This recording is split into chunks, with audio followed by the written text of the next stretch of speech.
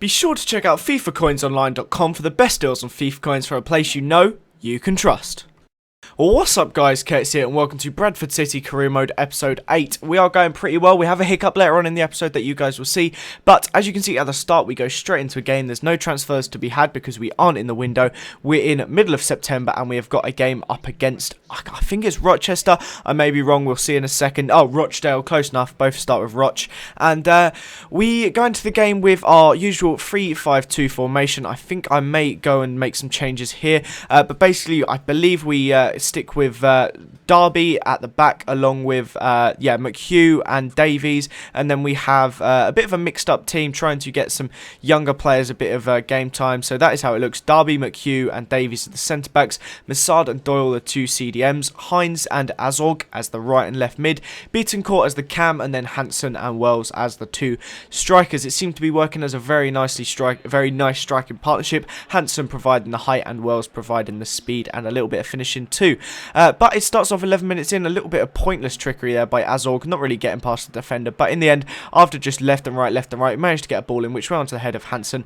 The keeper fumbled it, but nothing really came from it. Then, a little bit later on, I managed to dink it over the defender and had a shot, and it was just absolutely appalling. That typified how the first half went. I just couldn't even get proper shots on target. Nothing was going well for me. Then, 75 minutes in, Nike Wells, I slotted him through. It looked like I was about to take the lead, but the goalie just managed to get his hand to stop his finesse from going in the top corner.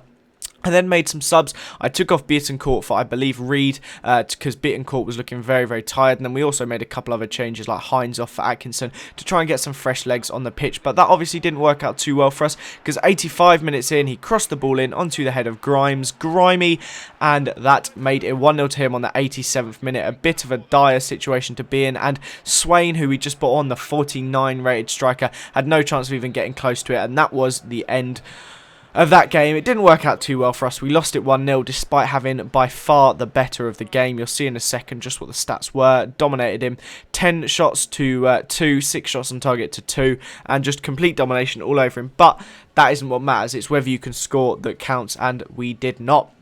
And we lost the game 1-0. So, next game, we are coming up against Aldershot, the almighty Aldershot. My brother lives near there, near the ground, which is interesting. We're actually hoping to go to a game soon. But, nonetheless, we go straight into that match. A nice home game as well, hoping to get some points. Pick up a big win to make up for the loss in the previous match. And I think we went for a quite a changed side again.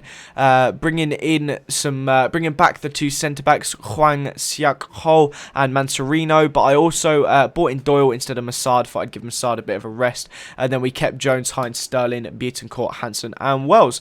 And this game went a little bit better. It was a nice sunny afternoon at the Bradford ground, Valley Parade, I believe it's called, or something like that, but nothing happened in the first half. It was ridiculously boring first half, 0-0. I seem to be getting some very low scoring games, but we came out in the second half with the intent to score. Wells to Beatoncourt, then Hansen over the top, a lovely little bit of control of his chest, managed to get himself through and whacked it into the back of the net to give us the 1-0 lead in the 56th minute, and I believe that was in fact the only goal of the game. Very little happened, again a very low scoring game, but we got the win. That was all that counts, the 3 points, the big 3-pointer.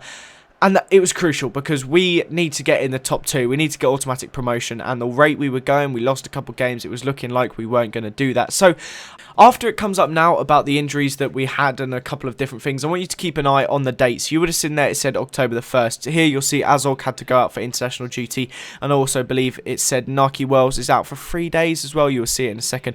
We'll pop up on the screen. Yeah, it was Hansen even out for 3 days. So look at the date on the top left now. Monday, October the 1st. And then in a second, it will jump forward. Now, what happened is, as you guys, now we're at October 21st, what I'm going to do is I'm going to go through and show you the table and stuff. But as I'm sure a lot of you know, I bought a new PC, or bought a load of new parts for PC, new case and stuff. And whilst having to take everything over, I had to format my hard drive, which meant I lost everything. So I tried to back up as much as I could, but I forgot to back up that episode of the career mode, so we lost about a 20-day chunk. These 4 games, as you would have seen, we won 1-0 against Bury, we lost 1-0 against Bristol, we beat York 1-0. They weren't exactly exciting games, just 1-0 victories. What's going on there? And then I can't think of the name of that team. It's BA, and it says it there, and they got a yellow badge, but we beat them 2-1. Burton Albion, that's it. We beat them 2-1. Now, that is how the table is sat. We're still at 5th, but we are only a win away from 2nd, which is pretty massive, although our goal diff goal difference is nowhere near as good as theirs. And as we go on to the top scorers screen, now you'll see James Hansen is joint top scorer with 6. But that is it for the end of this episode now, guys. It's a bit of a shorter one because I forgot all about the clips going missing. I don't know if I will have more episodes in the next week. I'm going away and I haven't really got any prepared, but I might still be able to get some sorted out for you big career mode fans. But that is the end of this episode, guys. Please leave a like if you enjoyed it. If we could get to 200 likes, that would be amazing. Thank you again for watching, guys, and I'll see you next time. Bye.